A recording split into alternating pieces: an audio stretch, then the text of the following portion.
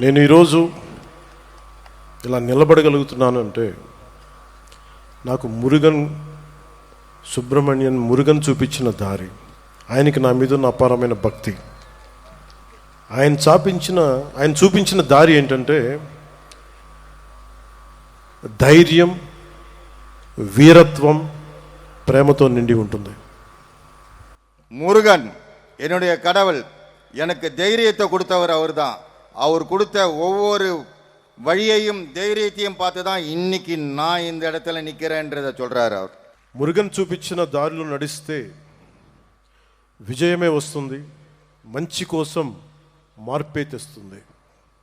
முருகன் காட்டின வழியில நாம நடந்தா நல்லதே நடக்கும், வெற்றியே நடக்கும், நமக்கு எல்லாமே நல்லதே நடக்கும், வெற்றி தான் நடக்கும்ன்றதை அவர் அண்ணன் சொல்றாங்க.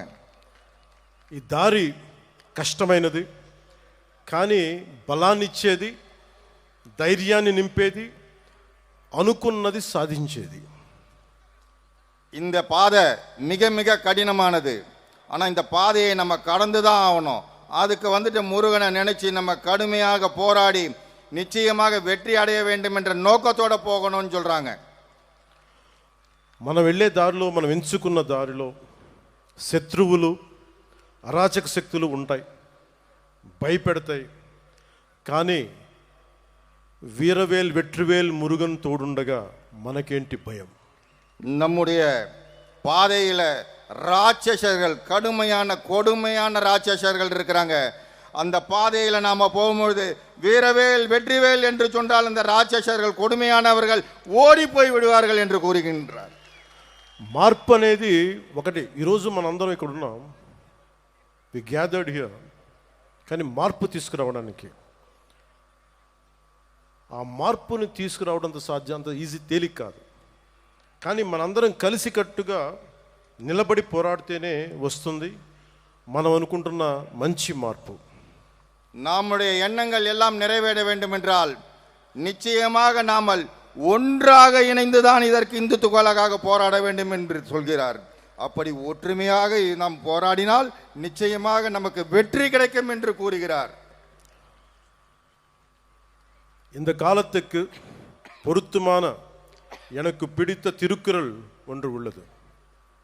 அந்த குறள் சொல்கிறது, சுண்டலிகள் ஆயிரக்கணக்கில் படை எடுத்தாலும் ஒரு நாகுபாம்பு பார்த்து சீறினால் போதும், அந்த எலிக்கூட்டம் காணாத போய்விடும். அதுபோல நமது எதிரிகள் எவ்வளவு பேர் இருந்தாலும் முருகனின் தந்தை சிவபெருமான் கழுத்தில் உள்ள நாகம் பார்த்தாலே போதும், காணாத போய் விடுவார்கள். நான் இதை உங்களுக்கு டிரான்ஸ்லேட் பண்ணணும்னு தேவையில்லை. எனவே மாற்றம் வருவது உறுதி. Change is bound to happen. మార్పు తథ్యం. మనం అనుకున్నది సాధిస్తాం, మన ధర్మానికి నిలబడతామని తెలియజేసుకుంటూ మీ అందరికీ நன்றி, வணக்கம். மாற்றம் ஒன்று மாறாதது.